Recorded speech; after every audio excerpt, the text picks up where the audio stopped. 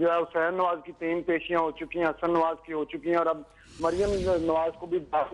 اس سے ایک چیز واضح ہے کہ شاید جو پہلی پیشیاں اس میں نہ حسن نواز ابھی تک مطمئن کر سکے ہیں JIT کو, نہ حسین نواز کر چکے ہیں, اور مریم نواز کو پھر اسی لیے بلانا پڑا ہے کیونکہ نیسکول اور یہ جو جتنی ان کی کمپنیز ہیں اس میں مریم نواز صاحبہ کا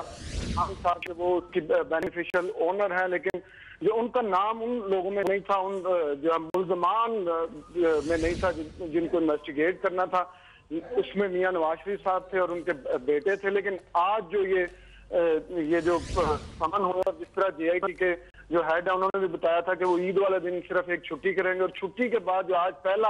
ورکنگ ڈے تھا انہوں نے اس پہ